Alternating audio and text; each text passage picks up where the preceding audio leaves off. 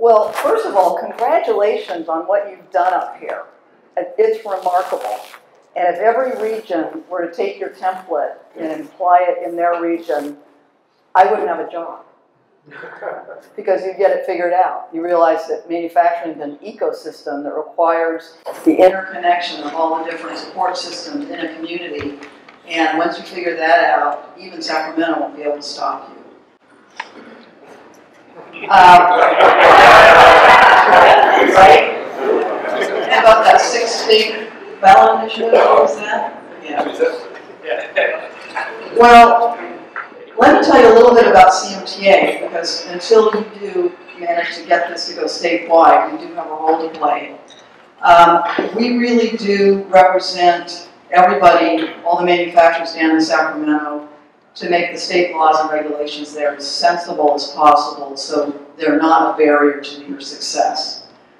I've been a lobbyist for 15 years with the association, and I'm sorry to say I've not succeeded in that entirely.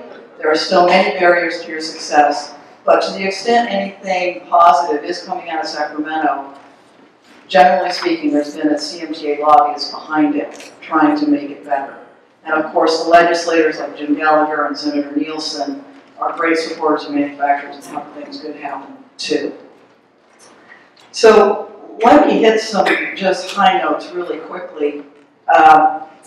So the bad news is California is a tough place to do business, and I think it's particularly tough for manufacturers because of the nature of the work you do and how many sort of impacts and requirements you have. Taxes, electricity rates, work comp, permitting, labor laws, you are directly impacted by all of those things, and they pile on and make it very difficult. And since you're competing in global markets, it really matters. You're not a local entity that can absorb and pass along costs. You've got to compete with everybody around the world, and that's very difficult. Thus, I promise, Gino, that's the last negative thing I'm going to say. Now I'm on to the good news, because there is some good news, and it's true. I'm not just spinning here. This is real. If you're making it in California, you can make it anywhere, because you are the best, and let's just applaud yourselves.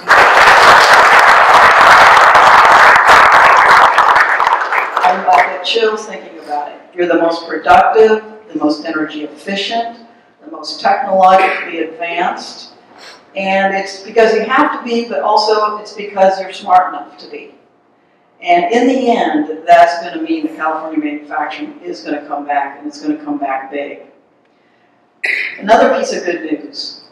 The legislators don't see you as dirty smokestacks or boring assembly line work anymore. I've been around long enough to have seen the change in the thinking of the legislators. When I started in the late 1990s, there was still this feeling, oh, we don't need manufacturing, we're going to be a knowledge-based economy. We're just going to know stuff.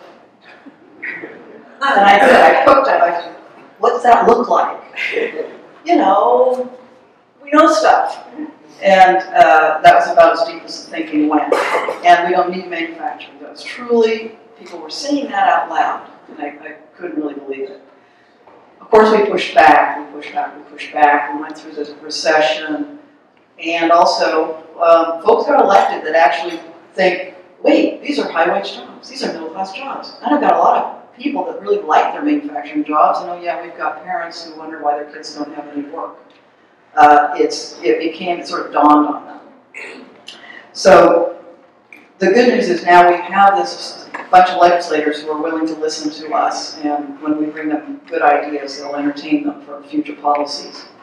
So that means we have an opportunity. That means we need to be working harder at convincing them to take those steps. So what's going on? On your little sheet that shows the agenda for my speech, there's 4 different little issue areas. And I'm not really going to delve into them, but I wanted to give you a sense of where things are going on these big items, not because you're going to take away enough information to necessarily be a lobbyist on the topic, but I want to demonstrate how CMTA is working on these kinds of issues. These are 4 issues. I also have sheet here, it's not for a handout, but this is our list of bills from May 19, 2015. There's 89 bills that we're taking positions on and trying to influence whether they pass or fail. We try to get them amended, or fixed, or we try to get them killed, or we try to get them passed. That's what we do. It's warfare. And there's other people on the other sides of these bills trying to do the opposite of what we want. That's the nature of our business. And by the way, we've got in the room Nicole Rice, who's one of my lobbyists. She works on the workforce development and also the labor issues. Stand up, Nicole. She's happy because she's not in Sacramento today. But I've got two others who are there working and they're not happy. But we've got the manufacturers can rest easy today. There are two lobbyists there working for you. Rob Sanger is here. He does our manager of our training program. Rob's in the back. And Gino DeCaro is our boy Friday. He does everything that nobody else does. And actually he's the vice president of the Service Corporation. I jest.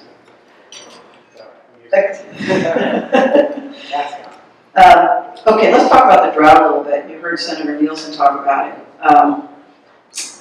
Nobody else other than CMTA is actually moving around, talking to agencies in Sacramento, working with the Water Board, and working with the Governor's Office around manufacturing use of processed water. We're hearing a lot about farming and landscaping and low-flow toilets, things like that. But CMTA put together a group of our members who are very concerned about limitations on processed water use. And we're making sure that policies and regulations don't impact us. Now we know there's a lot of authority in the local area now to determine how to implement state water board rules. And we're waiting for feedback from the companies on if anybody out there is doing something crazy that's going to impact jobs and manufacturing. So that's an example of the way we interact with regard to a particular issue that's statewide, it's big, it's got a lot of different aspects to it, but we're really focused on what matters to manufacturing. Another issue area is climate change. Huge. I mean, you can't touch anything going on in the state without there being a climate change related connection to it. Recycling, energy generation, of course, energy efficiency, building codes, fuel use, biodiesel, solar water heaters. There's a vast array of businesses involved in it. There's compliance requirements for manufacturers as well as every other kind of business. And so we really hone in on what does it mean for manufacturing. And there are ways in which we are trying to make the climate change policies more positive for manufacturers, lower electricity prices for one, make the cap and trade program less burdensome. So if we're not working on it, I don't know if anybody else will be working on it, but it's a core reason for our existence. Another piece of the puzzle here are taxes and fees. California's a high tax place. It's also a high fee place, which doesn't get a lot of media news, but we know that you guys are feed to death. And every time an agency has a new program, there's usually a new fee or some other kind of assessment that goes along with supporting it. And we've got to make sure that those are under control, that money's being used properly, and talk about hard work. That's spade work. It needs to be done in Sacramento because nobody has the time or energy to go in on individual fees. You need to have somebody that's watching the whole panoply of things and sticking their nose in and saying, hey, this is not appropriate when that's the case. Am I losing you here? I only have one more. Workforce development. Yay! Because as soon as we start talking about workforce development, everybody perks up because you realize we know it's an existential issue for you. All these other things like costs and fees and permitting, yeah, it's tough and everything, but if you can't find a worker, you're done. That's it. And if you have good workers, you can put up with a lot of the other stuff. So it's sort of the solution to all problems. We've decided to make it a really, really, really big deal at CMTA. It's not often a legislative issue, though. It's a funding issue. It's a federal government issue. There's the WIBs and the networks, the community colleges. We do have, we have done some work on bills related to career technical education to help make sure that there isn't barriers to schools keeping their career tech programs going on. You know, some graduation requirements that say, oh, you have to be able to go to a UC to graduate from high school. Remember that? It was going on a few years ago. It was nuts. So then kids are going, well, I can't graduate unless I take all these courses for UC. That means I don't have time to take my career tech course. And it was just edging them out. Well, we got in front of that train and frankly put a stop to that. That was sort of started to happen in San Jose, as I recall, and it didn't really pick up any speed. So that's the kind of work we do in career tech and legislature. But now with Nicole and Rob and our efforts with groups like yours, we're seeing the workforce development need as being the centerpiece for lots of other manufacturing policies that can be created in a community. And I was telling somebody, I'm dreaming about the way in which we can focus on manufacturing by saying, listen, if a region really wants to do something different in some area, some policy area, why don't you get your local legislator to help do a bill for a pilot program that just applies to your area, get some kind of waiver from the state or some kind of agreement that, yeah, let's go try that out. Because something that doesn't work in LA might work great up here. And you don't want all those LA legislators telling you what to do, right? So let's get some regional independence, and then when you end up doing everything right, then the guys in LA are going, hey, we want to do that too. Again, it's the idea of smart things happening out in the area need to be promoted and adopted statewide. Okay, I'm going to end. Is there any questions on any of those issue areas? Yeah, I didn't think you really wanted to hear any more about those. I tell you, you can get on our government relations calls once a month, if you'd like, and we go through lots and lots of those bills. And it's fascinating. It truly is if you like it, because there's so much going on that you don't know. And as Senator Nielsen says, be very afraid, because most of them don't pass, and it's a good thing, but they're all out there. And it's amazing some people like the ideas in those bills. So, what else can I tell you about CMTA? We're in Sacramento. We're not widely known. We're trying to get out and share our story a little bit more broadly. But we have an unbelievable board of directors and membership that includes the largest, most powerful manufacturers, frankly, in the world. Boeing, Dow, Hewlett-Packard, some other, Owens, Illinois, California Steel. I'm trying to think of all the different types. And they have their own government relations groups. They have their own lobbyists, they have their own tax experts, they have their own environmental compliance people. I mean, they are billion dollar industries. But yet, they know it's important that they come together and support this little group here in Sacramento. We're pretty cute. There's only 15 people on our staff. And it's a relatively small budget. But they know that the leverage they get by contributing and supporting that organization can't be met by their own individual action. They're absolutely dedicated to it, and they have been for decades. Our challenge is to get other manufacturers in the state to realize that and also join in. Because our effectiveness depends on your participation as well. When we're talking to legislators, they say, well, who are you and who do you represent? We say, well, here's our members, 400 members, and here's a couple maybe that are in your district. And they kind of go, okay, well, that's interesting, but it's not really overwhelmingly compelling. But if I can say, here are the 30 manufacturers in your district, and oh, by the way, they care about this, and I'm going to tell them next week how you voted on this bill, they get scared. And I love it when they get scared. And I like it when they take my meetings and when they listen to what I have to say. And it only happens when we have that kind of connection with them. And it doesn't take any work on your part. All you have to do is be a member.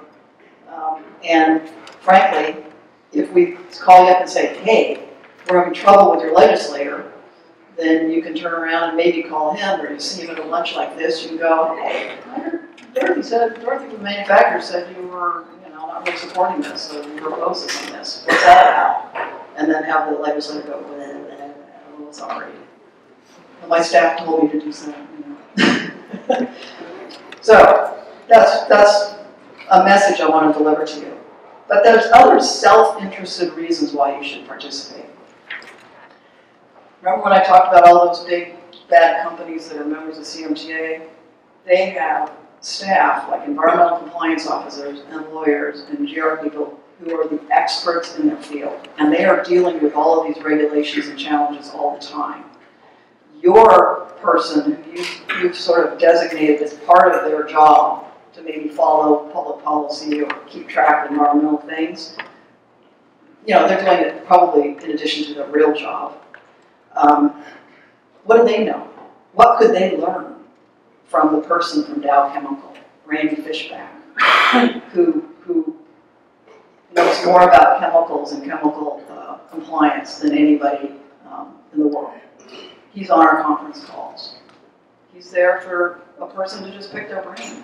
The learning and the workforce development you could do inside your organization simply by being in the same phone calls with these other folks is remarkable. When I became president, first thing I did is I called all the board members and I said, how do you value CMTA? And they go, well, that's sort of interesting. You know, we've been members for 40 years, so it's hard, we haven't thought about it lately, but gee, if you didn't exist, first of all, we'd have to invent you. But secondly, I'd have to double the amount I spend in Sacramento on my contract lobbyist. And, oh, by the way, I'd have to figure out some way of networking with all the people that my employees network with to learn what's happening on work comp, or environmental, climate change, or energy. So it basically turned around that, yes, it's invaluable. I mean, the amount that those companies get out of it is paid back tenfold. So that's my way of saying, please consider it, look at what we do. It's very inexpensive, and please participate. Also, Gino has a great way for you to sort of try us out. We have a Champions program.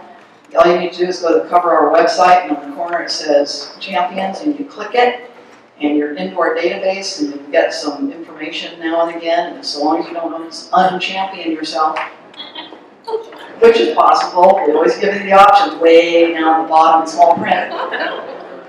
You can hear what we're doing when we think things are really important and you need to know. You can take some action. I'm thinking this is the end. So is there any questions or time for that? Yes. Okay. You'd like to want input. All right, great. Yes. You mentioned issues about water. If the city moves forward with a program to do recycled water, to what extent do you need and what quality of water and how much would you think Is needed for what purpose? for manufacturing? For the type of manufacturing that you were mentioning. Oh, water. well, there are some refineries that use recycled water, hundreds of thousands of gallons, I'm sure. And then there's another facility, a consumer products facility I was just talking to the other day, and they're thinking of putting in a recycled water treatment plant right associated with their plant. So we're talking all the way from huge municipal, probably scale treatment plants for like a refinery, down to maybe a group of manufacturers sharing a common recycling facility, perhaps. I actually don't know the answer to the question, but I do know that the manufacturers see the opportunity to, well, maybe this is the time for us to put in a recycling system. But of course, there's upfront capital costs, and it takes a whole lot of time to get those things up and running. One of the big messages we're sending to policymakers is, all right, you can tell people to let their grass go brown or do these things, but those are short-term actions in an emergency. You can't expect manufacturers to do anything quick when they're talking about their processed water.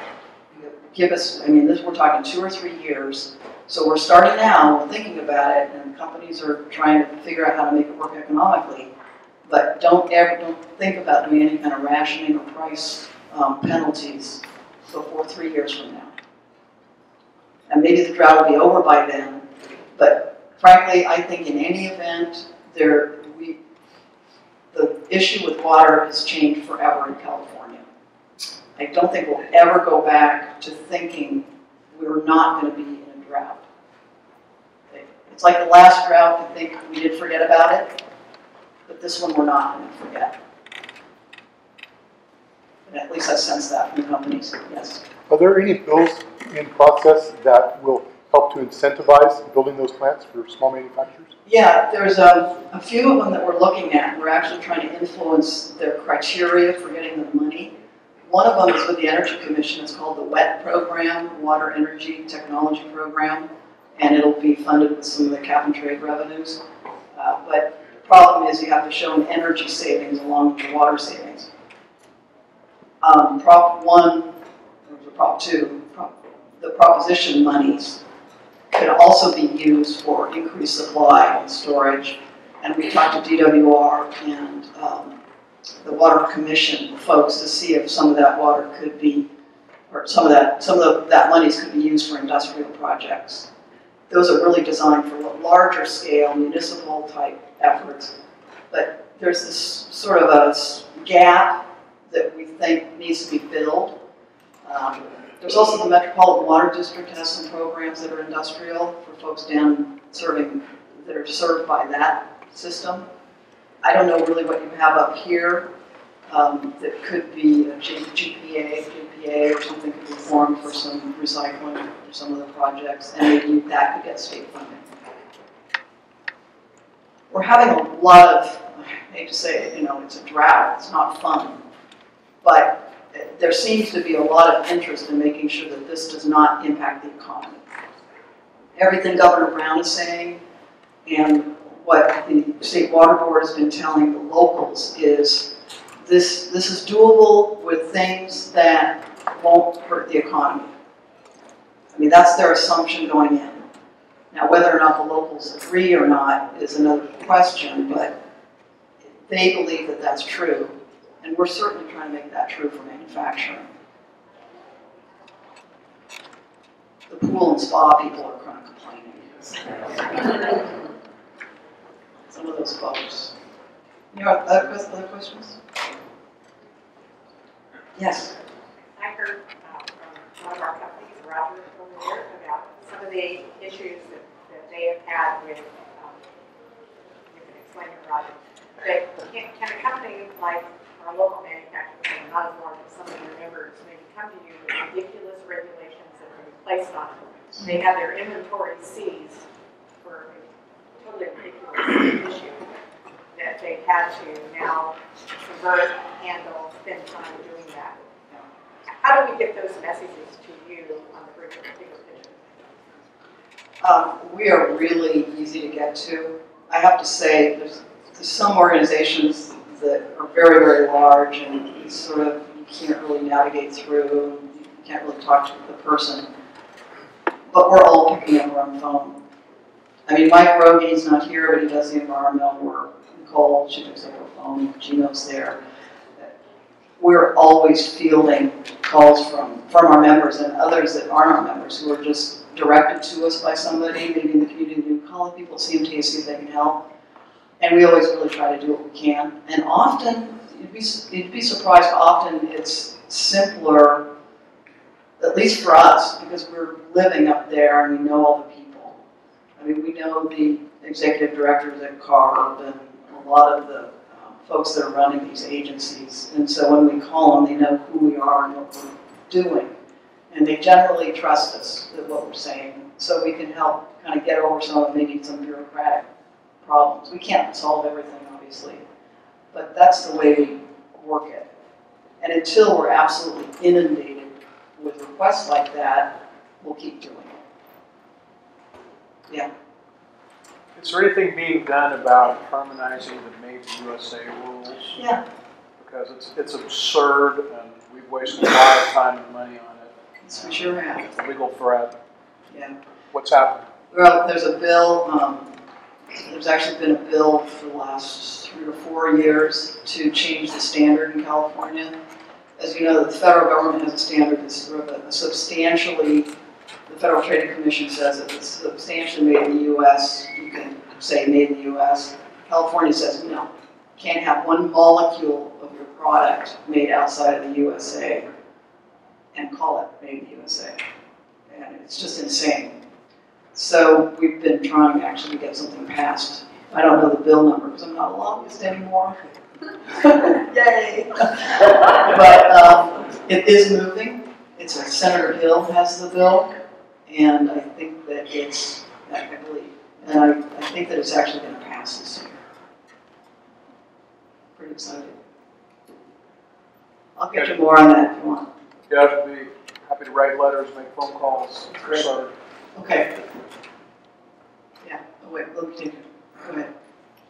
You mentioned CARB, and I know many manufacturers have diesel vehicles, and some of the requirements that have been imposed on the industry to either look at replacing equipment or doing those conversions. I've heard they've had a real negative impact. Has there been any change in a positive manner in that regard in the past 6 months, or are we still pretty much at the same rate there? I don't know the details. Caterpillar's a member, and they are really deeply involved in the engine regulations. That's another kind of, it's a great example of the resources we can bring to bear. I mean, if you're saying you're purchasing a whole lot of vehicles, or you've got some question about your current fleet or something like that, you know, call us up and we can hook you up with Jim Halloran, who's wrestling with the ARB every day on behalf of Caterpillar. It's really a tremendous resource we've got. We should market it, Gino. Yeah, we listen. Yeah, okay. Yes, Lloyd, let me get here first. We're looking at the city of a program called One and Done, where you get one permit and it take care of everything you need to expedite you need as a company. Is there anything at the state level in manufacturing that goes? You know, I have to say, and this is another positive, GoBiz is taking on the permitting issues and trying to make things better. I mean, we're famous in California for just horrific permitting challenges. And CEQA really is just the start of it. And I believe that if, right, maybe you need to rise at a certain level of size, or you've got to have a certain kind of problem, but I think those folks in GoBiz are starting to be a real good resource for permitting and funneling multiple things to solve problems like that. Is there another one? Yeah. I have about 18 more that I can. You just tell me when you want me to stop. I'll just stay overnight. We're a medical device manufacturer here in Chico, okay? And we get inspected by two different agencies plus a private agency that we pay to inspect us for the same stuff, which is compliance with quality system regulations. Okay. So, can you get the state of California to at least stop inspecting us when we're already inspected by the FDA and also by a third party that charges us money to do that so we can have the CE mark? So put that down, Gino. Then we won't spend 3 days being inspected for the same thing by our lovely state government. And it'll save them money because they won't need as many people. And we can prove we've been inspected by the other guy. You know, it's the kind of stuff I hear this and I just get tired. You know, this is just emblematic, and it's happening in all the different agencies. And the reason why it continues is that somebody's getting paid to do it. A program is larger because of it, and government doesn't shrink, it grows. And what we can do, if I had 3 other lobbyists, more lobbyists, not instead of the ones I have.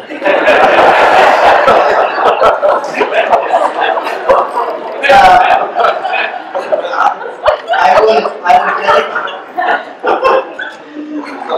you don't know. Honestly, if I lost Nicole, I'd probably be like right behind her out the door. Because I don't know how to replace her. Unbelievable. Gina, that doesn't like me. We keep Gino around. We keep him around just for this reason. What was I going to say? Oh, my 3 new lobbyists would be dedicated to nothing but being total pains in the ass with the agencies on the way they use their budgets and the way they enforce their rules and regulations. We would be doing JLAC. JLAC is, what is it, Joint Legislative Audit Committee. So it's just JLAC. But at any rate, that's where you go and get audits done of agencies. What fun. I mean, you go in there and say, these people are misspending the money. These people could be more efficient. There's some mischief going on here. And the auditor, who's wonderful, she comes up and she goes, yeah, you're right. Look at all this, money being misspent or whatever. It's just wonderful. It's great. It's a wonderful function that we don't take enough advantage of. You want to do that? Perfect. Let's do a side business. Okay, let's quit my job and we'll just do that. Nicole, you're now the president. It's truly, it's an unexplored greenfield of opportunity for overseeing what government is doing to you all. Yes? Can you speak about, I know all of the manufacturers in California continues to be the highest in workers' comp. Oh, yeah. See, I told you I wasn't going to say anything negative. What do we do about it? Wrong solutions. It's her fault. Yeah. California now is probably the most expensive work comp place in the country yet again. It got better over a few years ago. We had our reform, and it sort of worked for a while. There are so many entrenched interests in surviving and using the work comp system that we're finding that the applicant attorneys are navigating outside, managing to avoid the utilization review and all the kinds of things that need to be done in work comp. It's overly litigious, and while the benefits aren't very high, although they're higher now than they used to be, what's really driving the cost is litigation and the amount of time it takes and the health costs for the injured worker. It's so tough. It's so tough, and it's such a big deal. It's such a problem. There's a whole group that CMTA participates in to deal with the work comp issue, and they really do heroic work. And there's experts in work comp from major companies like Disney and Safeway and some of these others who just have millions of employees and all sorts of work comp problems. And if they can't figure it out, if they can't make things better, I don't know. I think the legislature, again, it's one of those things, getting back to the positive, if there's enough, remember the crisis in, was it 2003? That's one of the things that Schwarzenegger did right out of the gate when he became governor, is he threatened to put that thing on the ballot for work comp, and that forced the reforms that really were significant to get more objectivity in the system. It needed that kind of a uprising to get that level of focus to force the legislators to go with us and tell labor to back off, or tell the attorneys to back off. Until I hear that coming from the population, it's not going to happen again. And so I guess if there was something was to happen, like sudden skyrocketing of prices, that might cause that kind of reaction. But these legislators, they're just waiting to react to whatever crisis is going on. There's a sales tax exemption on manufacturing equipment. Yay! There wasn't one for 10 years, and we've been fighting for it for 10 years, and it finally happened, and it didn't happen by accident. It's because we were in their face every year asking for it, and when it finally was time, we got it. The Cal Competes program came along with it, which is another avenue for resource. I had to end on a high note. That's good. Okay. And we need to have it extended. We're going to probably run a bill next year to extend it past its current deadline of 2022, which is too short. Manufacturers need a long-term planning horizon. 2022 is right around the corner for us, right? They don't get that there, but at any rate, we need to extend it, and so we're going to probably be doing a bill, and so we'll be like lots of manufacturers waving the flag, writing letters, and supporting that when that happens. Thank you, Dorothy, for joining us. Sure.